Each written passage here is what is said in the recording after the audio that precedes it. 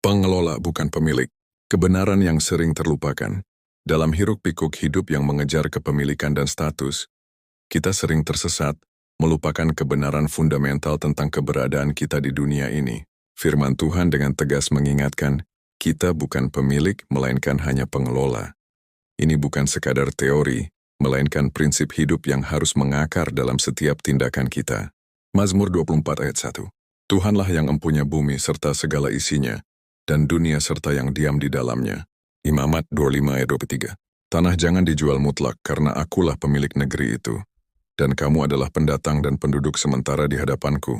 Dua ayat ini bukan sekadar kalimat indah, melainkan pukulan telak bagi kesombongan manusia yang merasa memiliki segalanya. Mari kita bedah lebih dalam. 1. Hak milik absolut Tuhan. Mazmur 24 ayat 1 secara gamblang menyatakan bahwa seluruh alam semesta dan isinya, termasuk kita, adalah milik Tuhan secara mutlak. Tidak ada satu jengkal tanah pun, selembar uang pun, atau bahkan detik waktu yang benar-benar menjadi milik kita. Semua yang kita pegang hanyalah pinjaman, amanah dari Sang Pencipta. Jika kita memahami ini, kesombongan akan lenyap, dan keserakahan akan kehilangan tempat. 2. Status kita hanya pendatang dan pengelola sementara. Imamat 25 ayat 23 memperjelas posisi kita.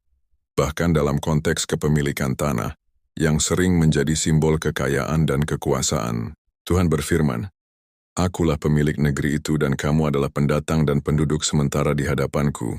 Kita ini adalah penumpang, pelancong yang singgah. Tanah, harta, jabatan, bahkan tubuh kita, semuanya adalah titipan. Tugas kita bukan menguasai, melainkan mengelola dengan bijak dan bertanggung jawab. Kita dipercayakan untuk merawat, bukan merusak, untuk mengembangkan, bukan menimbun, untuk memberkati, bukan mengeksploitasi. Pertanyaan yang harus kita hadapi dengan jujur adalah, apakah kita hidup seolah-olah semua yang ada di tangan kita adalah hak milik kita? Atau kita telah menyadari bahwa kita adalah hamba yang hanya diberi kepercayaan?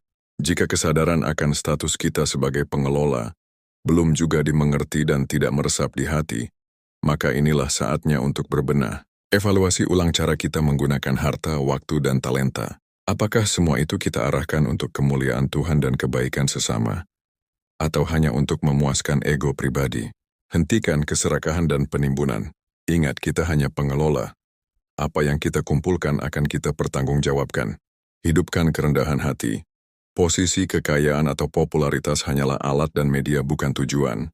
Ingatlah, Tuhan tidak mencari pengelola yang sombong dan takabur, melainkan hamba yang setia dan bertanggung jawab dalam mengelola setiap berkat yang dipercayakannya.